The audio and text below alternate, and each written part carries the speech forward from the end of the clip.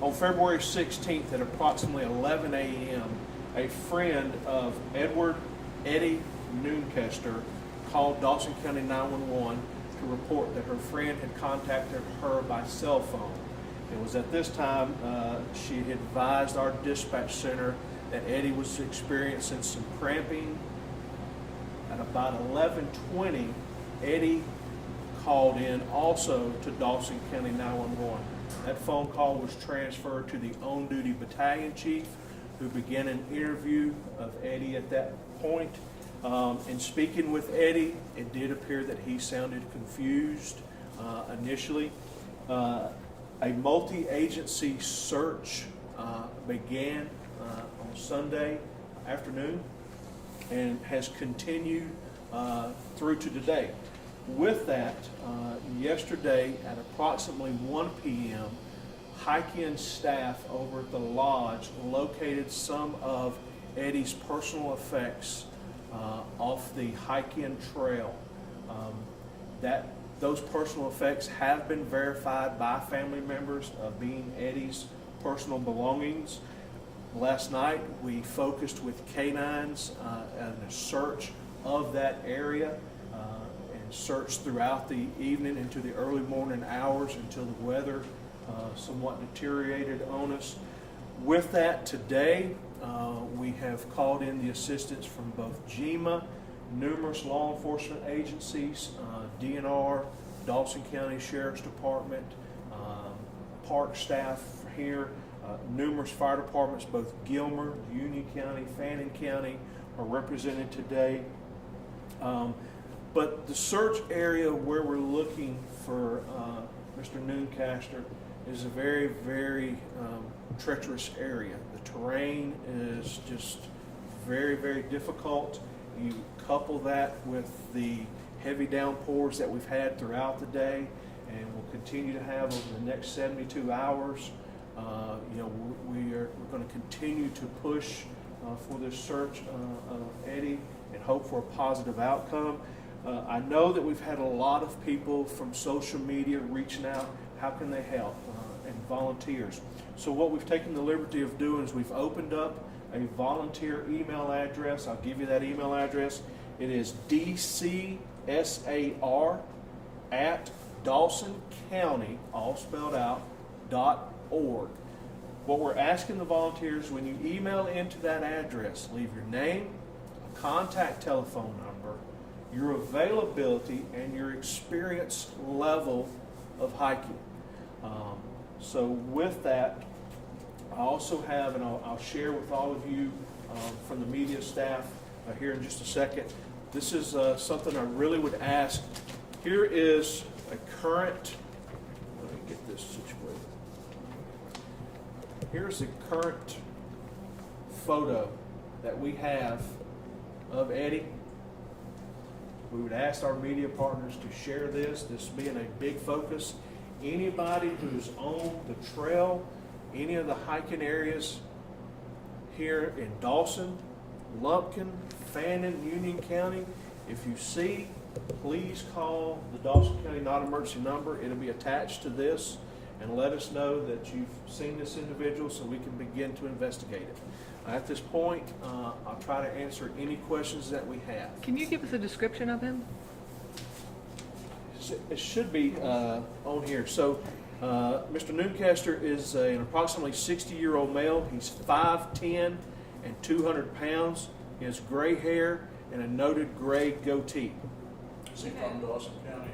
He is not. He is from North Carolina. Do you know anything about his medical background? I mean, why is there something that would have caused him to be disoriented? So in interviewing with the family, we've spoke to the family. He doesn't have any known medical issues, but he does have a family history of dementia, and family and friends have shared some information with us that they feel that he may have been over the last several months exhibiting some signs and symptoms of early onset. However, please understand that's not been diagnosed right now.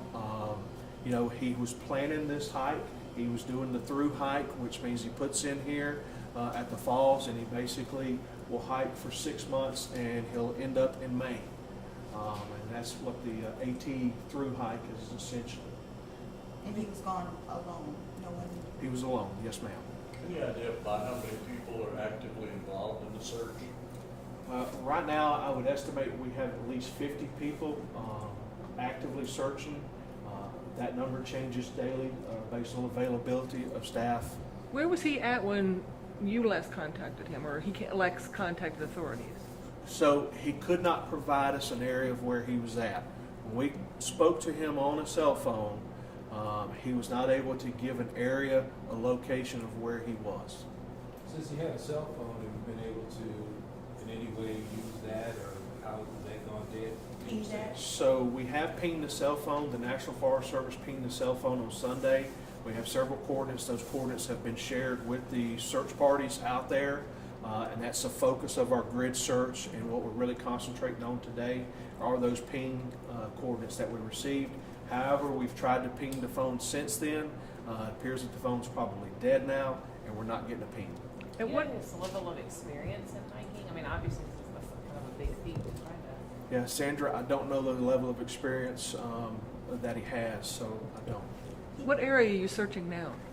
So right now, our focus is a grid area of what's called the approach trail down High Shoals Road, which is a service road that leads over to the Linfoot Hike-In, and then the Linfoot Hike-In trail back down towards the visitor center and Cochran Falls.